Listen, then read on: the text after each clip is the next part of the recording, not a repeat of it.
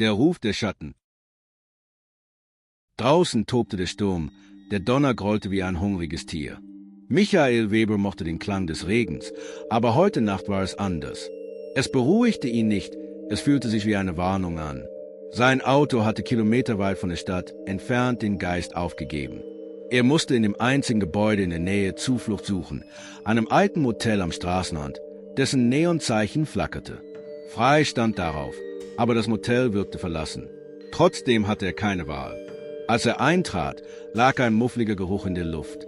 Die Lobby war leer, kein Empfang, keine Gäste. Nur eine alte Glocke auf dem Tresen und ein einzelner Schlüssel. Zimmer 206. Michael zögerte, doch ein lauter Donnerschlag ließ ihn weitergehen. Er nahm den Schlüssel und stieg die knarrende Treppe hinauf. Der Flur war lang, die Wände schienen sich im schwachen Licht zu bewegen. Als er sein Zimmer erreichte, sah er etwas Seltsames, die Tür stand einen Spalt offen. Er trat ein. Das Zimmer war alt, aber sauber. Ein Bett, eine Kommode, ein Fenster mit Blick auf den leeren Parkplatz. Er verriegelte die Tür und atmete tief durch. Vielleicht bildete er sich alles nur ein. Dann hörte er ein Flüstern. Ein leises, seltsames Flüstern, das aus dem Kleiderschrank kam. Michael schluckte schwer und ging langsam zur Tür. Seine Hand zitterte, als er den Griff berührte. Das Flüstern wurde lauter, schneller. Mit einem tiefen Atemzug riss er die Tür auf. Nichts, nur Dunkelheit. Er drehte sich um und bemerkte die Kommode. Eine Schublade stand offen. Neugierig zog er sie auf. Darin lag eine alte Zeitung. Die Ränder waren feucht und brüchig. Die Überschrift ließ sein Herz schneller schlagen. Geheimnisvolles Verschwinden. 3 Gäste aus Zimmer 206 spurlos verschwunden. Der Artikel war alt, mindestens 30 Jahre. Er erzählte von Gästen, die im Hotel verschwanden, ohne Spuren zu hinterlassen. Michael fröstelte. Was, wenn es ihm genauso erging? Dann, hinter ihm, flüsterte eine Stimme. Michael, wir haben auf dich gewartet.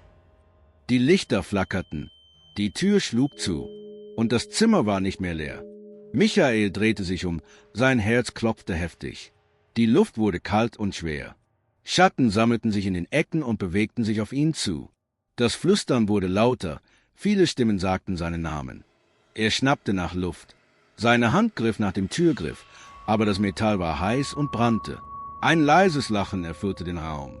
Er drehte sich wieder zum Kleiderschrank. Diesmal stand dort etwas.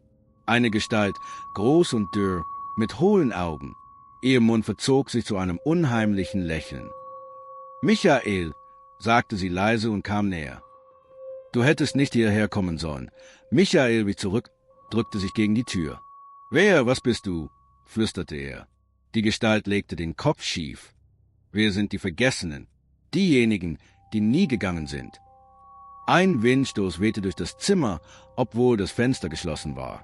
Die Schatten griffen nach ihm, packten seine Handgelenke und Knöchel und zogen ihn zum Kleiderschrank.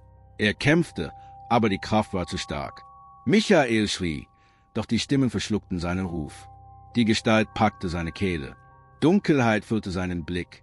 Draußen tobte der Sturm weiter. Ein Blitz erhellte das Zimmer. Michael war verschwunden.